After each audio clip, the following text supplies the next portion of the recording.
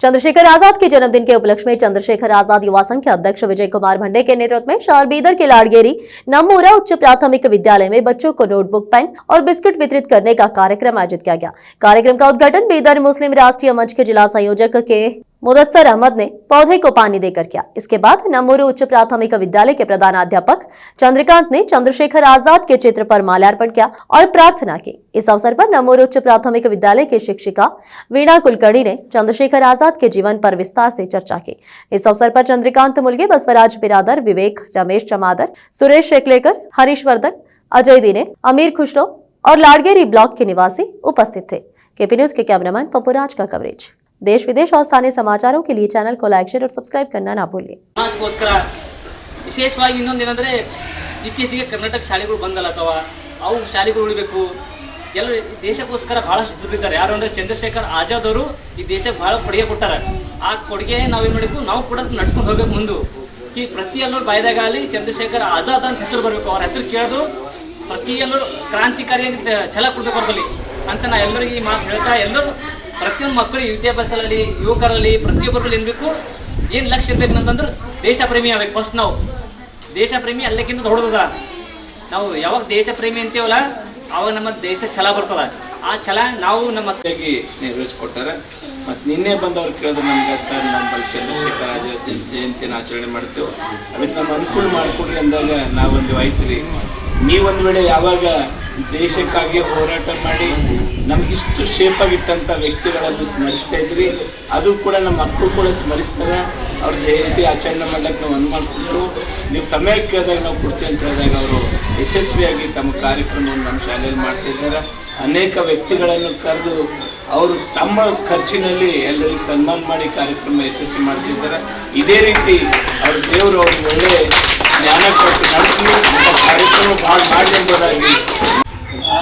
इस चंद्रशेखर आज़ाद दिवस को आप इतने अच्छे से करने और सोशल वर्क को, स्कूल को और सबसे ज़्यादा अपने बच्चों को, अपने सोसाइटी को और अपने कल्चर को सभी को निर्धारित करते हुए बहुत से अच्छा काम करते हैं।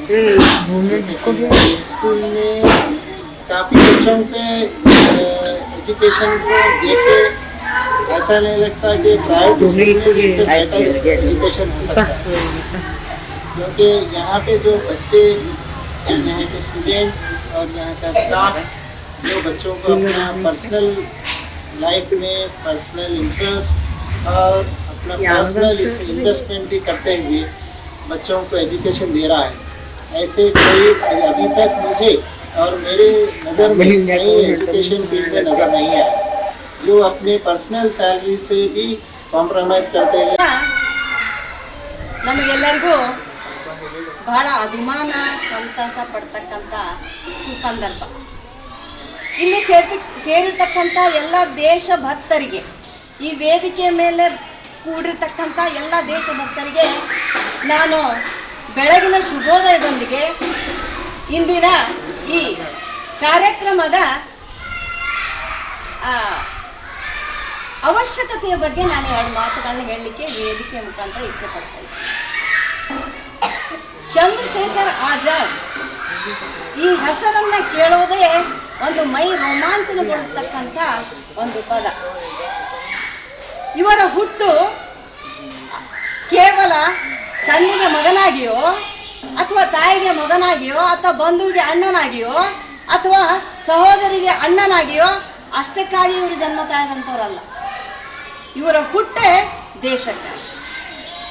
ಈ ದೇಶಕ್ಕಾಗಿ ಹುಟ್ಟಿದಂಥ ಮಗು ಏನಾಯಿತು ಮುಂದೆ ಅನ್ನುವಂಥದ್ದು ಒಂದು ಸಣ್ಣ ಒಂದು ಕಥೆಯನ್ನು ಈ ಸಂದರ್ಭದಲ್ಲಿ ನಾನು ಹೇಳಲಿಕ್ಕೆ ಇಷ್ಟಪಡ್ತೀನಿ। ಕೇವಲ ತನ್ನ 11ನೇ ವಯಸ್ಸಿಗೆ ಚಂದ್ರಶೇಖರ್ ಆಜಾದ್ ಅವರು ವಾರಣಾಸಿಯ ವಾರಣಾಸಿಯ ಒಂದು ಕ್ಷೇತ್ರದೊಳಗೆ ವಿದ್ಯೆಯನ್ನು ಕಲೀಲಿಕ್ಕೆ ಹೋಗಿರ್ತಾರೆ। ಹೋಗ್ಬೇಕಾದ್ರೆ ಆಗ ನಮ್ಮ ದೇಶದೊಳಗೆ, ನಮ್ಮ ದೇಶ ಪರಿಸ್ಥಿತಿ ಹೆಂಗಿತ್ತು ಅಂದ್ರೆ ಬ್ರಿಟಿಷ್ ಅಧೀನದೊಳಗಿತ್ತು।